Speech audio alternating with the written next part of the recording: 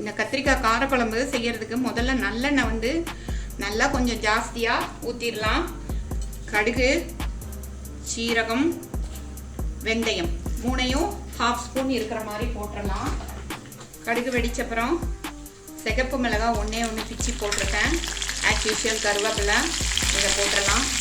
அதில் கட் பண்ணி வச்சுருக்கிற எக் பிளான்ட் பெருசாக இருக்கிறதுல ஒன்றே எடுத்திருக்கேன், அதை போட்டுடலாம். பெரிய வெங்காயம் நம்ம எவ்வளோ கத்திரிக்காய் வச்சுருக்கோமோ அதில் பாதி அளவு பெரிய வெங்காயம் போட்டுக்கலாம். பூண்டு ஒரு 10 பல் போட்டுடலாம். இது எல்லாத்தையும் ஃப்ரை பண்ணிடலாம். இது எல்லாத்தையும் போட்டு நல்லா ஃப்ரை பண்ணலாம். இப்போ இது கூட வந்து லைட்டாக உப்பு போட்டுக்கலாம். சீக்கிரமாக உங்களுக்கு ஃப்ரை ஆயிரும்.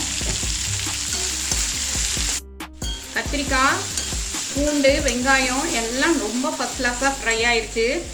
இப்போ இது கூட ஒரு ஸ்பெஷல் இன்க்ரீடியன்ட் சேர்க்குறேன், மாங்காய்.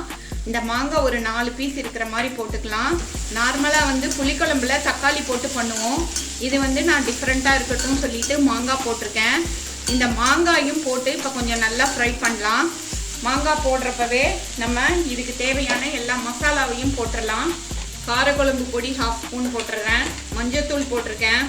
தனி மிளகாத்தூள், அதுவும் கொஞ்சம் காரத்துக்கு அவங்கவுங்க காரத்துக்கு தகுந்த மாதிரி போட்டுக்கலாம். சாதம் கழுவுன, அரிசி கழுவுன கழனி தண்ணியை ஊற்றலாம். முதல் தண்ணியை வந்து எடுத்து கீழே, முதல்ல ரைஸ் கழுவிட்டு அதை கீழே ஊற்றிட்டு 2வது தண்ணியை ஊற்றினோம்னா, இப்போ நம்ம புளிக்குழம்புல நமக்கு சப்போஸ் டு பி ஹீட்டு உடம்புக்கு ஆகுது அப்படின்னா இந்த கழனி தண்ணி ஊற்றி செஞ்சோம்னா அந்த ஹீட் வந்து நம்ம உடம்புக்கு சேராது. இது கூட ஒரு சின்ன நெல்லிக்காய் சைஸு புளியை கரைச்சி வச்சுருக்கேன். அதையும் இதுக்கு தகுந்த தேவையான அளவு ஊற்றிடலாம். நான் வந்து வெல்லம் போட்டிருக்கேன், அது ஆப்ஷனல். அவங்கவுங்க டேஸ்ட்டுக்கு தகுந்த மாதிரி தேவைன்னா வெல்லம் போட்டுக்கலாம், இல்லைன்னா விட்டுறலாம். 1 ஸ்பூன் தேங்காய் எடுத்து அதை வந்து நல்லா பால் எடுத்து அதில் ஊற்றிடலாம். ஊற்றிட்டு லைட்டாக ஒரு கொதி வந்த அப்புறம் ஆஃப் பண்ணிட்டோம்னா நம்ம சூப்பரான ஸ்பெஷல் கத்திரிக்காய் காரக்குழம்பு ரெடி. சூப்பரான சுவையான கத்திரிக்காய் காரக்குழம்பு, நம்மளுக்கு ஸ்பெஷல் காரக்குழம்பு ரெடி ஆயிடுச்சு.